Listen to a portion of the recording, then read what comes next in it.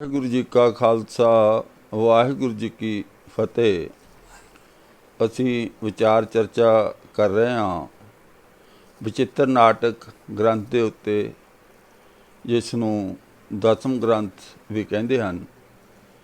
पिछली video which असी विचारिया सी कि किवें इस ग्रंथ का करता सृष्टि की रचना बारे अपने जो नवी विचारधारा पेश करता है, जिहड़ी कि गुरु ग्रंथ साहिब की विचारधारा तो विपरीत है, उल्ट है।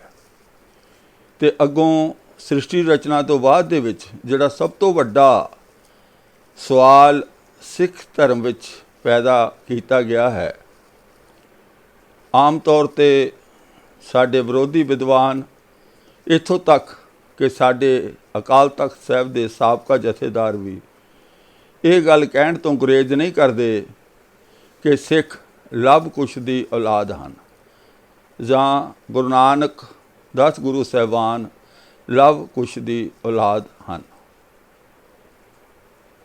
तो अज असी इस विचार लड़ी नूं अगे तोरांगे। असी विचार किया सी कि जिहड़े पहले सब तो पहले बहुत सारे बच्चे पैदा होए, उन्हां विचों एक सूरज बन गया। भाव इस मिथਿਆਸਕ गाथा अनुसार सूरज भी माँ के पेट विचों जन्मिया होया एक बच्चा ही है। तो सूरज के नां दे उत्ते सूरज वंश शुरू हो गया। इस वंश विच रघु नाम का राजा होया है। इस तो रघु वंश शुरू होया। जिस तरह असी रामायण दे विच पढ़ते हाँ,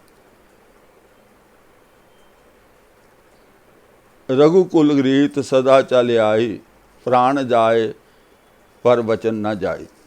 ये उही रघुकुल है। तो रघु एक पैदा होया, वो राजा सी, उस तो रघु वंश शुरू हो गया। फिर अज नाम का राजा होया। अज कौन सी? वो मिथਿਆਸਕ पात्र मिथਿਆਸਕ कहानियां अनुसार जां रामायण के अनुसार रामचंद्र जी, श्री रामचंद्र जी अज दे पोतरे सन। भाव अज जिहड़ा सी वो दशरथ का पिता सी। तो अज दे घर दशरथ नां का लड़का पैदा होया, वो राजा बनया। तो उस दशरथ तो बाद दे विच श्री रामचंद्र जी, दशरथ के 4 पुत्र सन। तो वो 4 पुत्र जो इस तरह सन, कौशल्या का श्री राम, कैकेयी का भरत, सुमित्रा दे लक्ष्मण अते शत्रुघ्न। दशरथ के 4 पुत्रां विचों वड्डे श्री रामचंद्र जी सन। उन्होंने राजा कोशिश किया गया सी। बाद च सारी कहानी असी जानते हाँ कि किवें कैकेयी ने अपने वर मंग के अपने पुत भारत नूं राज दिलवाया सी। आखिर बाद विच फिर रामचंद्र जी राजे बने। तो रामचंद्र जी के अगे 2 पुत्र सन, लव अते कुश। लव अते कुश जिहड़े सी उन्होंने 2 शहर वसाए। ये मैं एक कहानी दस रहा जो इस ग्रंथ विच लिखी हुई है, जिसनों असी विचित्र नाटक ते कुछ वीर दसम ग्रंथ भी कहते हैं। और जिहड़े वीर दसम ग्रंथ कहते हैं, उन्हां दा ये मनना है कि ये सारा कुछ गुरु गोबिंद सिंह जी ने लिखिया होया है। अगर ये सारा कुछ गुरु गोबिंद सिंह जी ने लिखिया होया है, इस तो कहण तो भाव ये बनता है कि ये गुरु साहब की मुख वाक बाणी है। मुख वाक बाणी किसी गुरु की भी साडे वास्ते एक हुक्म है, वो मैंडेटरी है, वो जरूरी है, उसनों मनना ही मनना पैना।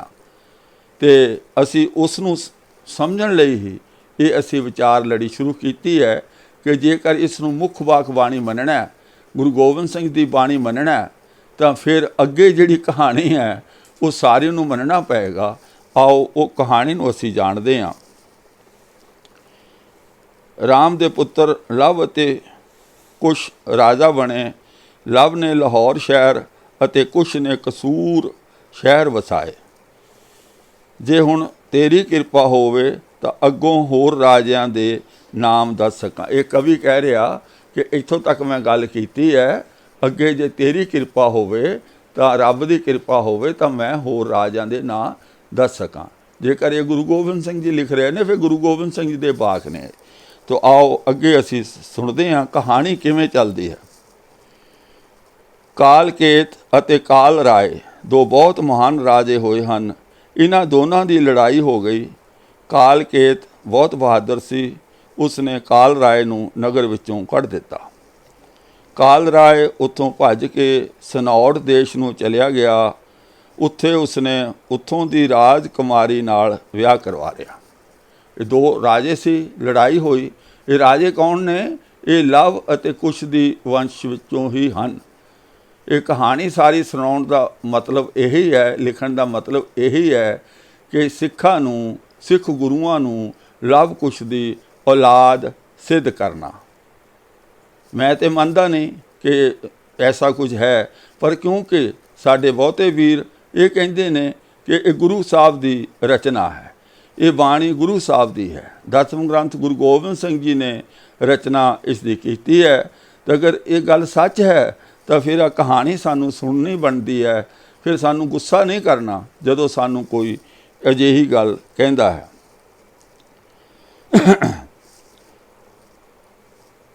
काल राय उत्थों भज के सनौड़ देश नूं चलिया गया। उत्थे उसने उत्थों की राजकुमारी नाल विआह करवा लिया। काल राय का पुत्र सोढी राय होया। भाव जिथों सोढी वंश शुरू होया वो सोढी राय पुत्र होया काल राय का।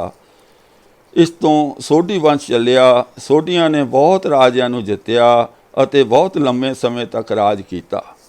सोढियां ने अश्मेध जग, अश्मेध जग हुंदा घोड़े की बलि दे के जग करना। अश्मेध जग कीता अते अपने कुल दे सब पाप नष्ट कर दिते। अगर असीं इस नूं गुरु गोबिंद सिंह जी की बाणी मनते हाँ, जिहड़े वीर मनते हन, उन्हां नूं फिर ये मनना पेगा कि जिहड़े असीं पाप करते हाँ उन्हां नूं नष्ट करन लई अश्मेध जग करना जरूरी है। अश्मेध जग करन दे नाल फिर साडे सारे पाप कट्टे जाने। गुरमत विच ऐसे जगां दा कोई विधान नहीं। गुरु ग्रंथ साहब अनुसार कोई ऐसे कर्म कांड करन दा कोई विधान नहीं। पर जिहड़े वीर मनदे ने कि गुरु गोबिंद सिंह ने लिखिया होया तो फिर तो पत्थर ते लकीर है। फिर तो पापां नूं नष्ट करन लई अश्मेध जग करना पैना। सोढियां दी वंश विच लड़ाई झगड़ा शुरू हो गया। इस लड़ाई विच वड्डियां वड्डियां मतलब ये सारी कहानी जिहड़ी है 8-10 पन्ने ने 10वें ग्रंथ विचित्र नाटक दे। कुछ भी नहीं उहदे विच, निरीआं गप्पां, एड्डियां तकड़ियां तकड़ियां गप्पां मारियां होईयां। पहली गल तां एक होर तुहानूं मैं दस देवां, जिन्ने भी ग्रंथ गुरु ग्रंथ साहब तो अलावा सिख धर्म नाल संबंधित बनाए गए हैं, उन्हां सारियां ग्रंथां विच भावें वो विचित्र नाटक होवे, भावें वो सूरज प्रकाश ग्रंथ होवे, सारियां ग्रंथां विच लड़ाई झगड़े, खून खराबा, किरपानां तलवारां चल रहीआं, बंदूकां चल रहीआं, खून दियां नदियां बह रहीआं, भूत प्रेत बेताल ये सारे चांगड़ा मार रहे ने, खून पी रहे ने। तो ये सारे विच गप्पां ही लिखियां होईयां हन। किते शिव सिरां दी माला परोंदा है अते किते डाकणियां ऊल जलूल बोल रहीआं हन, किते हूर परियां मरे होयां नाल विआह कर रहीआं हन, सूरमे मर के स्वर्ग लोक नूं जांदे हन। लो यह जिहड़ा ग्रंथ जे ये मुख वाक बाणी है गुरु ग्रंथ साहब अनुसार, गुरबाणी अनुसार, गुरमत अनुसार साडे लई ना नरक दा कोई डर है ना स्वर्ग दी कोई लालसा है।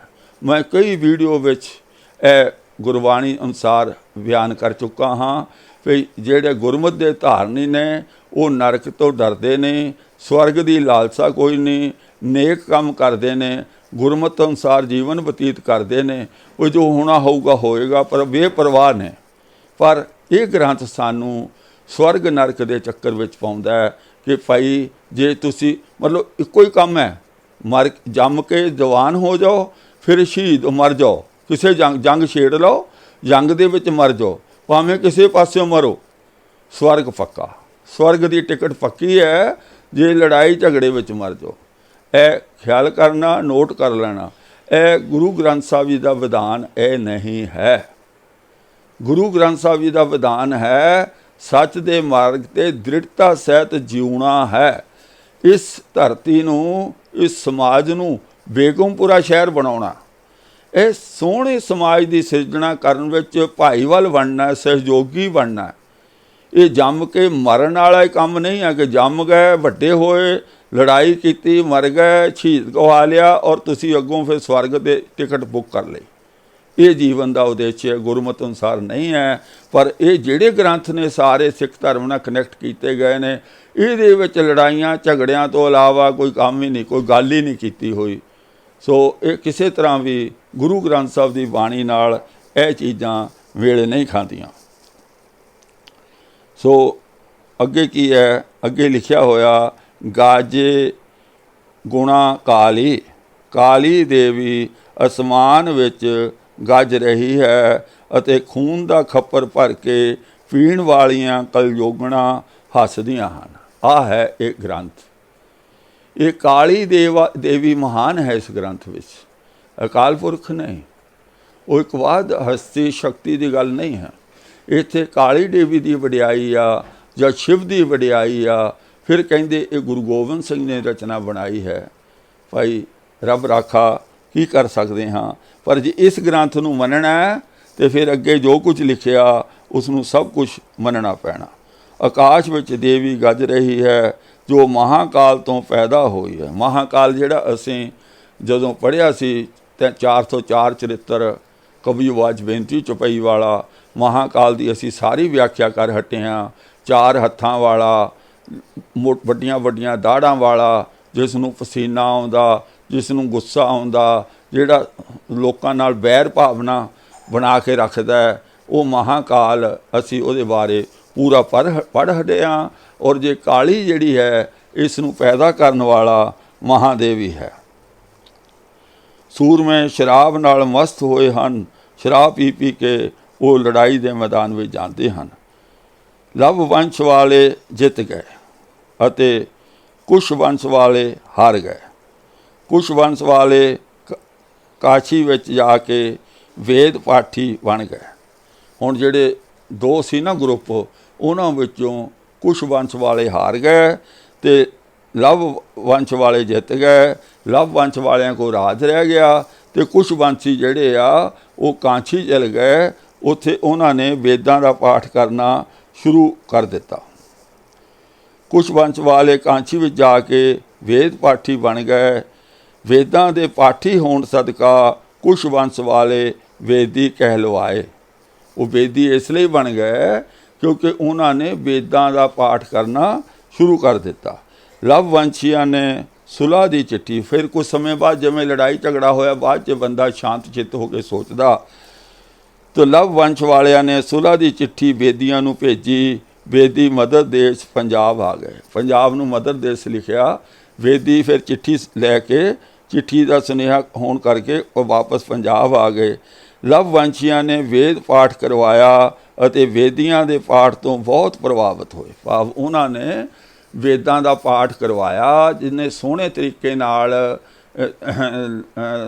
कुछ वंशियां ने पाठ किया। लव वंश वाले जिहड़े राज करते सन वो बहुत खुश हो गए। शाम वेद, यजुर्वेद अते ऋग्वेद का पाठ किया। जदों कुछ वंशियां ने अथर्ववेद का पाठ किया तो उसनूं सुन के सब बैर खत्म हो गया। भाव जिहड़े लव वंशी सन वो संतुष्ट हो गए, खुश हो गए। पाठ सुन के बहुत प्रभावित हो गए, बहुत खुश हो गए। सारा वैर विरोध खत्म कर दिता। सोढियां दे राजे ने लव वंशियां ने, सोढी कौन सी, लव वंशी सन। वंशियां ने अपना सारा राज भाग वेदियां नूं, कुछ वंशियां नूं सौंप दिता अते आप बनवास लै लिया। वेदी राज प्राप्त करके बहुत खुश हो गए ਅਤੇ ਉਹਨਾਂ ਨੇ ਸੋਢੀਆਂ ਨੂੰ ਵਰਦਾਨ ਦਿੱਤਾ। ਪਹਿਲਾਂ ਜਿਹੜਾ ਹੈ ਸੋਢੀ ਰਾਜ ਕਰ ਰਹੇ ਸਨ, ਵੇਦੀ ਜਿਹੜੇ ਸੀਗੇ ਉਹ ਚਲੇ ਗਏ ਸਨ ਬਨਾਰਸ, ਉੱਥੇ ਜਾ ਕੇ ਉਹਨਾਂ ਨੇ ਵੇਦ ਵਿਦਿਆ ਪ੍ਰਾਪਤ ਕੀਤੀ, ਵੇਦਾਂ ਦੇ ਚੰਗੇ ਪਾਠੀ ਬਣ ਗਏ। ਜਦੋਂ ਪਾਠ ਸੁਣਾਇਆ ਤਾਂ ਇੱਧਰ ਜਿਹੜੇ ਸੀ ਉਹ ਲਹੂ ਦੇ ਲਵ ਦੇ ਵੰਸ਼ ਵਿੱਚੋਂ ਉਹ ਬੜੇ ਖੁਸ਼ ਹੋ ਗਏ।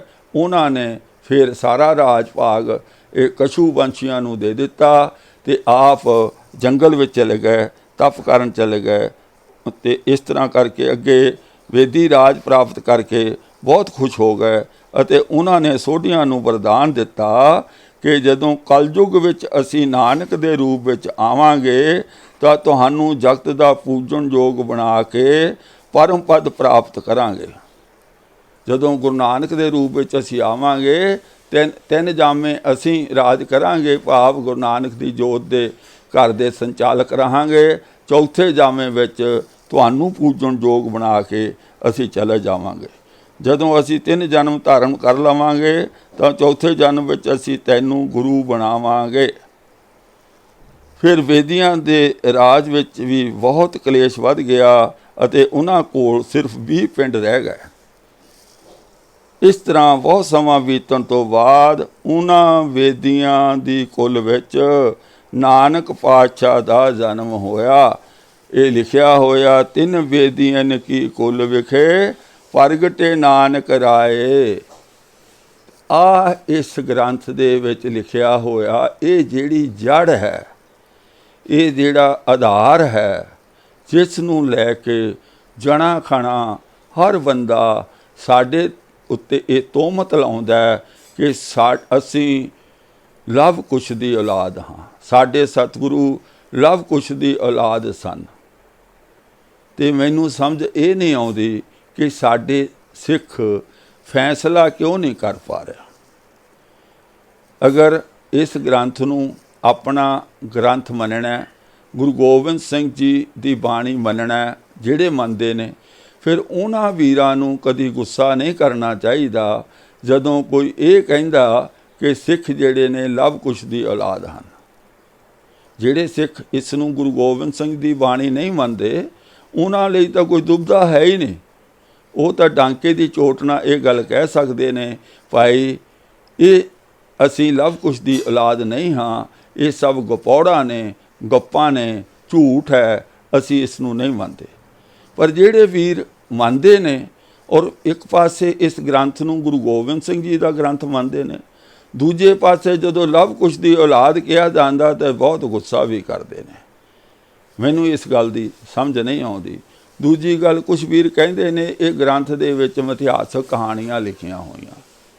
ਵੀ ਇਹ ਮਿਥਿਹਾਸਕ ਕਹਾਣੀਆਂ ਲਿਖੀਆਂ ਹੋਈਆਂ, ਉਹਨਾਂ ਨੂੰ ਕੌਣ ਦੱਸੇਗਾ ਸੰਗਤਾਂ ਨੂੰ ਕਿ ਕਿਹੜੀ ਕਹਾਣੀ ਮਿਥਿਹਾਸਕ ਹੈ ਅਤੇ ਕਿਹੜੀ ਇਤਿਹਾਸਕ ਹੈ, ਕਿਹੜੀ ਮੁਖਵਾਕ ਬਾਣੀ ਹੈ ਅਤੇ ਕਿਹੜੀ ਮਿਥਿਹਾਸਕ ਕਹਾਣੀ ਹੈ।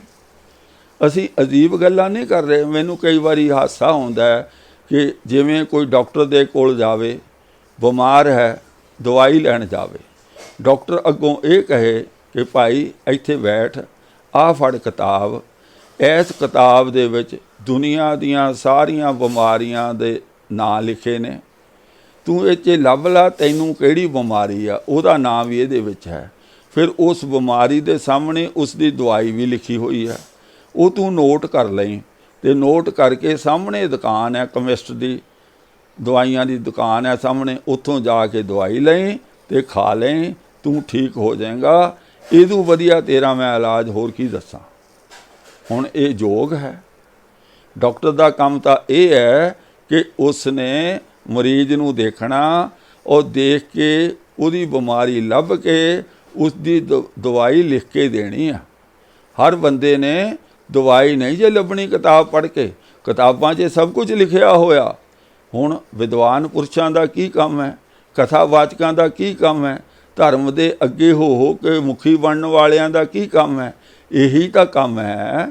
ਜਿੱਥੇ ਕੋਈ ਕਨਫਿਊਜ਼ਨ ਹੈ, ਜਿੱਥੇ ਕੋਈ ਦੁਚਿੱਤਾਪਨ ਹੈ, ਜਿੱਥੇ ਆਮ ਸੰਗਤ ਨੂੰ ਸਮਝ ਨਹੀਂ ਆਉਂਦੀ ਹੈ, ਉਹਨਾਂ ਨੂੰ ਸੁਲਝਾਉਣਾ, ਉਹ ਜਿਹੜੇ ਸਾਰੇ ਸਵਾਲਾਂ ਦੇ ਉੱਤਰ ਦੇਣੇ।